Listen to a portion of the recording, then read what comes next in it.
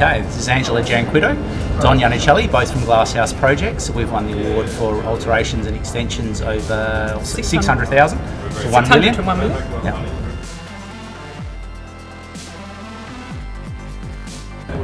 Fantastic. Amazing.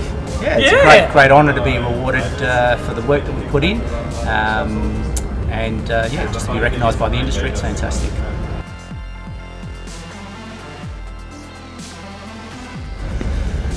I guess the design process was fantastic, and the collaboration with the clients was great. Just going through the entire design and construction process with the client was very Taking rewarding. it right from the beginning to handing over the key was brilliant. Seeing their design come to life, it's really beautiful. Lots of hard work, really. Yeah. Like we really pride ourselves on putting our clients first and putting a lot of effort into the design and the construction, and it's just nice to be acknowledged for that effort. But even feedback from the client, I guess they just love living in the space, and that's amazing. Just hearing that from the client, we know we've done our job well. Yeah.